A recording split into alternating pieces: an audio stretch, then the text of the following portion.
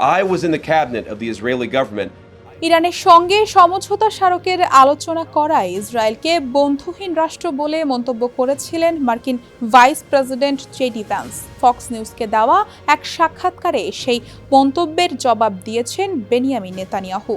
গত মাসে ভ্যান্স বলেছিলেন, বিশ্বের কেবল ডোনাল্ড ট্রাম্পই একমাত্র রাষ্ট্রপ্রধান যিনি ইসরায়েলের প্রতি সহানুভূতিশীল। রোববার ফক্স নিউজে প্রচারিত সাক্ষাৎকারে নেতানিয়াহু বলেন, যুক্তরাষ্ট্র অবশ্যই সবচেয়ে বড় বন্ধু, তবে আরও অনেক বন্ধু আছে। 140 কোটি মানুষের ভারতেও ইসরায়েলের প্রতি বিপুল সমর্থন আছে। ভারতের সমর্থনের প্রমাণ হিসেবে নেতানিয়াহু ফেসবুক পেজে পাওয়া কিছু তথ্যের বরাত দেন, যেখানে ভারতীয় ফেসবুক ব্যবহারকারীদের সমর্থন ফুটে উঠেছে। অন্য কোনো দেশের নাম উল্লেখ না করলেও নেতানিয়াহু ভারতের উদাহরণ টেনে দাবি করেন এমন আরও অনেক বন্ধু আছে।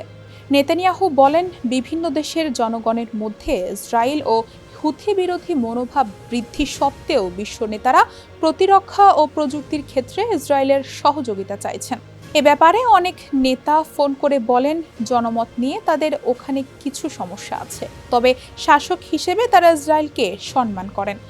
নেতানিয়াহু জোর দিয়ে বলেন, আপনারা জানেন সাইবার প্রযুক্তিতে বিশ্বে ইসরায়েলের অবস্থান দ্বিতীয়। আমাদের প্রযুক্তি অত্যন্ত উন্নত, তাই আমাদের সম্পর্কগুলো বাইরে থেকে যেমন দেখায় আসলে ঠিক তেমন নয়।